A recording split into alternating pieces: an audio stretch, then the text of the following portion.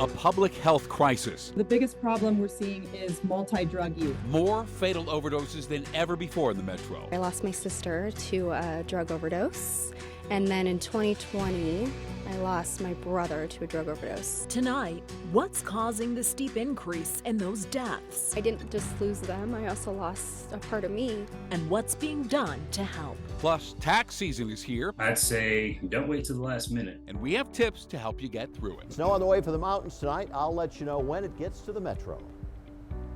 Thank you for joining us tonight for Denver 7 News at 10. I'm Jessica Porter. I'm Shannon Ogden. Glad you're with us tonight. Just some staggering numbers from the medical examiner's office tonight, showing the most drug overdose deaths in Denver County ever recorded. And digging into those numbers, preliminary data shows 522 overdose deaths in 2023. The year before that, 453. And more than half of the fatal overdoses last year were fentanyl related. 2023's number is likely even higher. The medical examiner's office tells us there are still around 100 deaths awaiting toxicology results. Tonight, Denver 7's Colette Bordelon talked with one woman who puts a face to those numbers. So this here is my brother Kevin, and me in the middle, and then my mom. Pictures from birthday parties. And then this one's all three of us. Or random road trips. We were all a year apart, and so we did everything together. Our memories Brooke Perez never wants to forget. Like dancing with her brother Kevin, while her sister Crystal laughed from behind the camera. Feels like it was just yesterday. Everything changed in 2017. I lost my sister to a drug overdose, and then in 2020, I lost my brother to a drug overdose. Her and Kevin struggled with addiction for over a decade. Still nothing could prepare her when the late-night phone calls from her mom came. And she said, well, it's Kevin. And I said, no, it can't be. You know, I didn't just lose them, I also lost a part of me. 2023 saw the highest number of overdose deaths ever recorded by the Denver Medical Examiner's Office, 522. That's more than double what we saw 5 years ago. I wasn't very surprised, honestly, to see how much they had gone up. We could feel that workload here all year. Dr. Sterling McLaren, the assistant medical examiner, says the biggest problem comes from multi-drug use, specifically when fentanyl is combined with methamphetamine. Around 65% of the drug overdose deaths from last year were fentanyl related. Had we given Narcan, would this person who died from fentanyl and methamphetamine still be alive? It's really hard to say. Perez believes drug addiction doesn't get the attention it deserves because of the stigma attached to it. I feel like if that stigma was erased, eradicated, if it was gone from our society and people were more helpful and welcoming to this disease with mental health as well, where would we be? What would that look like? Vowing to make sure her siblings are always seen as more than just a statistic. Colette Bordelon, Denver 7. Perez started a nonprofit in honor of her siblings called KK Fearless. It raises money for treatment facilities. A link to their website and how to support their efforts is on Denver7.com. And digging deeper into this issue here, overdose deaths on the rise in Denver's unhoused community. Last year, nearly 3 out of 4 deaths among people experiencing homelessness caused by a drug overdose. These numbers are also preliminary and could be also much higher. Now, law enforcement is also sounding the alarm on a deadly drug detected for the very first time in Colorado. 2 overdose deaths in Boulder County tied to the drug nitazene, a painkiller experts say is even more potent than fentanyl. It's important that folks are keeping their eyes open out there, testing their drugs, always having naloxone on them, and being in company when they're using their drugs. Don't do drugs alone, especially now. Nitazene was created in the 1950s, but it never was approved by the Food and Drug Administration. So what's being done to prevent overdoses in our community? Let's start with what our lawmakers are doing and recent overdose prevention legislation. And at the federal level, Representative Brittany Pedersen introduced a bill to Congress that would make Narcan more accessible to patients who are leaving the hospital after overdosing. Right now, there are restrictions on sending the drug home with patients. Under the proposed act, those restrictions would be lifted for high-risk patients and force all health coverage plans to cover the cost. On a state level, a new law gives immunity from arrest to those who overdose or those who help someone who overdoses. Meanwhile, Denver Health is taking action against harmful drug use in our community. Over the summer, it expanded its 24/7 methadone treatment program to respond to the crisis. It also adopted how it uses treatments based on the type of opioid. So, for instance, fentanyl use requires a higher dosage of Narcan. Denver Health also became the first licensed youth detox facility in the state. The 21-bed facility includes classrooms, fresh air, courtyards, and social events. An important part of preventing overdose deaths is having the tools to reverse one. You can order Narcan and fentanyl testing strips on the city's website. The overdose fighting tools are available for anyone who lives in Denver. Tomorrow morning, state lawmakers will return to the Capitol for the 2024 legislative session. And several lawmakers we talked to say housing will be the centerpiece of this session. Our housing issues are cutting across several different issues, and we've got to tackle them in different ways. I personally have found that a lot of Democrats have reached out and wanted to talk about some of their ideas, especially around housing and some bills that will be going forward this next session. The session will last 120 days until early May. And we have some good news for Coloradans expecting a TABOR refund this year. The IRS reversed course and said it will not be considered taxable income. Last August, the IRS said it would consider TABOR refunds taxable, but a bipartisan group of lawmakers urged the agency to reconsider, arguing this was simply repayment of excess tax by the state. So refunds are estimated to be $800 for single filers, $1,600 for married couples. The IRS announced this week that it will begin accepting 2024 tax returns starting on January 29th. Under federal law, employers have to send those W-2 forms out by the end of the month. Denver7 reporter Jessica Crawford joins us now with tips to get through this tax season. Jessica? Well, life is expensive, and the last thing that many people want to do is owe money on their taxes. Syracuse University tracks who the IRS flags the most, and the data shows that IRS audits are yet another area where low-income earners are hit the hardest. The IRS will start accepting tax returns in less than 3 weeks. As you prepare to file, what are your chances of being audited? Well, it depends a lot on the money you make. First, let's talk low-income earners. According to a report released by Syracuse University, people making less than $25,000 per year who claim earned income tax credits are among the most likely to be audited. Then there are millionaires. People reporting an income of $1 million or more appear to be the most audited, but the report actually shows that they're subjected to thorough investigations less often than our nation's poorest taxpayers are audited. Business owners are more likely to be audited than most other taxpayers. Complicated tax returns have a higher likelihood of being flagged. And good news for middle-income earners. Taxpayers reporting less than $200,000 per year in income are among the least likely to be audited. All right, back here in the studio. Earlier this year, IRS said it was going to crack down on people who have side jobs that they don't report as on their taxes as income. They use Venmo or PayPal. Is that still going on? Yeah, so a lot of people do that out there. Well, the IRS actually postponed that rule change until later on. So originally, if you made more than $600 for selling goods or services via payment apps like Venmo, Cash App, Etsy, even Airbnb, those companies would have to report that income to the IRS. Well, the IRS is delaying that rule. So that means for now, those third parties only have to report your income if you conducted more than 200 business transactions and earned more than $20,000 from them.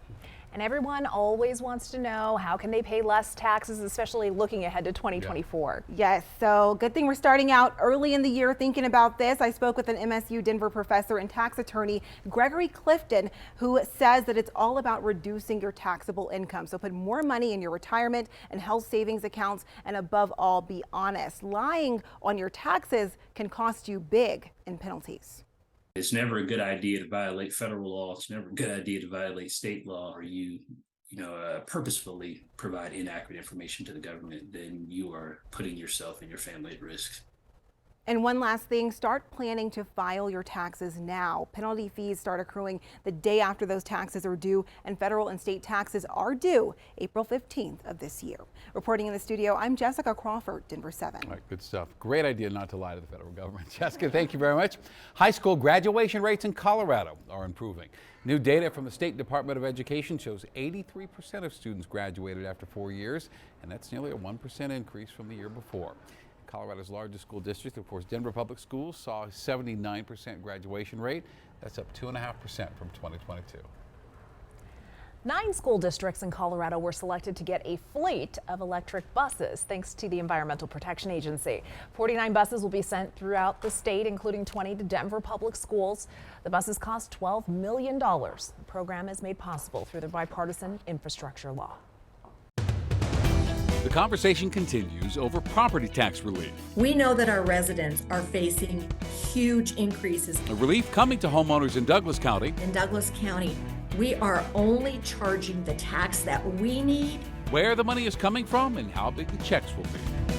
And later in sports, after a disappointing season, the Broncos talk about the past, present, and future. Hear from Sean Payton, George Payton, and Greg Penner about the long road ahead.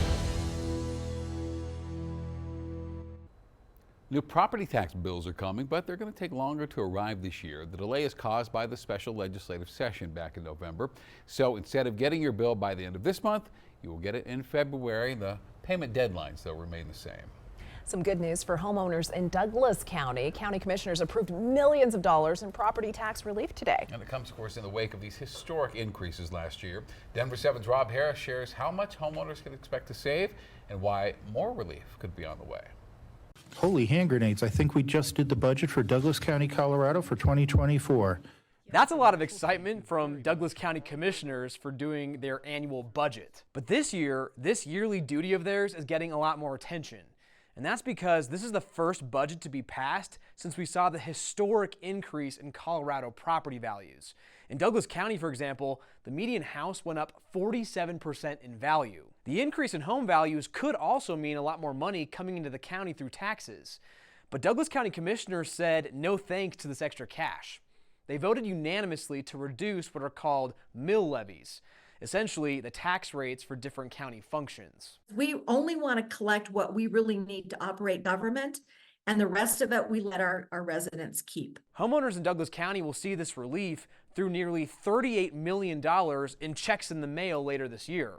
A county spokesperson told me the average homeowner should get around $190. Listen, I trust the people of Douglas County. It's their money. We have decided that those additional funds are not going to be required to run the county. This is the second attempt by Douglas County commissioners to reduce property taxes. You may remember in September, they voted to reduce all residential property values by 4%, which would have saved homeowners an average of $223. But the State Board of Equalization struck down that plan. Douglas County commissioners are looking at their legal options to appeal that decision. But I'm told even if they're successful in that appeal, it would then reduce next year's taxes, not this year's. And that's why they felt this tax relief is so important right now. We know that our residents are facing huge increases in their property taxes. Reporting for Denver7. And we have tried to do everything we can as commissioners to lower that. I'm Rob Harris. It's a quiet night here in the metro area, but things are about to change as we have stormy weather coming into the mountains tonight. Winter weather advisory in effect through 5 p.m. tomorrow afternoon for the central and northern mountains. Some areas could see 10 inches of snow or more. And the longer range forecast for the metro is very cold with snow. So our weather headlines: mountain snow tonight and tomorrow. Metro area mild again and dry on Wednesday, but much colder air comes in later this week. Periods of snow through the weekend. Today started at 0 and the high was 43. 72 and 29 below are the extremes, and 45 and 19 are the averages. Right now, partly cloudy in the metro, 39 downtown, 37 at the airport. Falling pressure and winds from the west-southwest at 16 miles per hour. Mostly cloudy tomorrow morning. Mid-20s at 7 a.m., mid-30s by 11 a.m.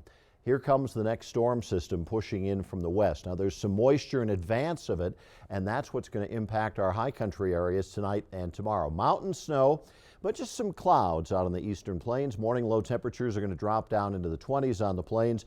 The snowfall could be about 6 to 10 inches north of I-70, 3 to 6 south central mountains, and 1 to 3 farther to the south and west.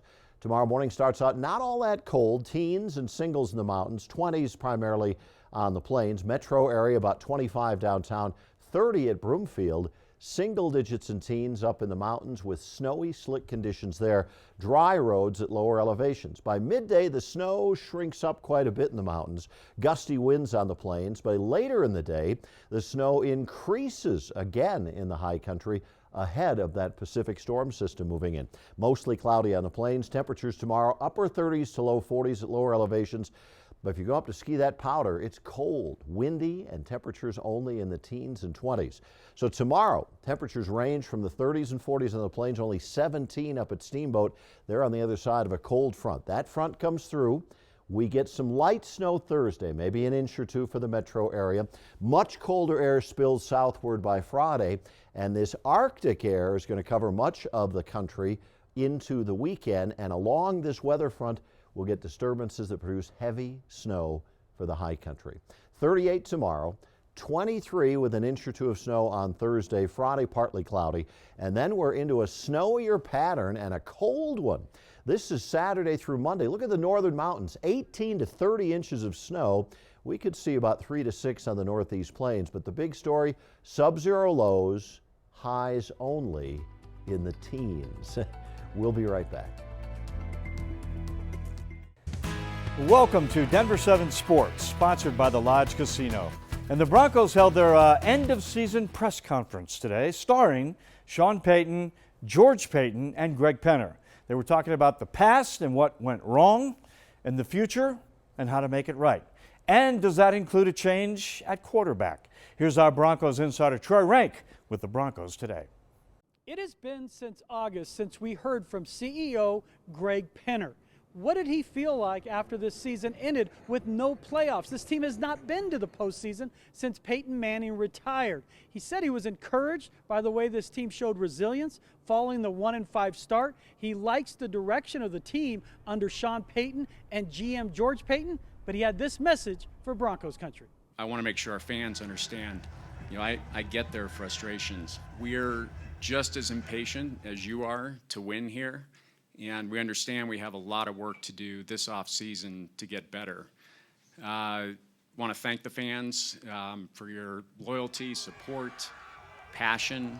I think we have the best fans in the world here. Sean Payton did not hide from his team's record of 8-9, said that's who we are. That's what they deserve to finish. Won some games they shouldn't have, lost clearly 4 at home that they would love to have back. He also said the door has not been closed on Russell Wilson returning. I find that highly unlikely. But what is the one area of his underwhelming offense he believed hurt the team the most? But inside the 10, first and goal to go, that wasn't good enough. Third down, there were a handful of things, and many of you have asked great questions about, hey, your offense.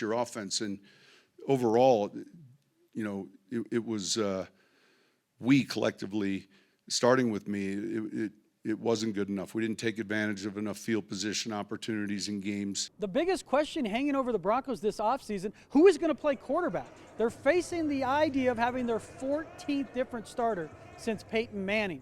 George Payton, he said he's on the same page on what Sean Payton is looking for in the position. The quarterback's a little different, but I do know what Sean's looking for a quarterback, and Sean does a great job of describing the vision he wants for each position. The Broncos have no plans to be big spenders in the first wave of free agency as they were a year ago. So it's noteworthy that GM George Payton said he believes cornerback Riley Moss and center Alex Forsythe could be starters. That could be possibly next season.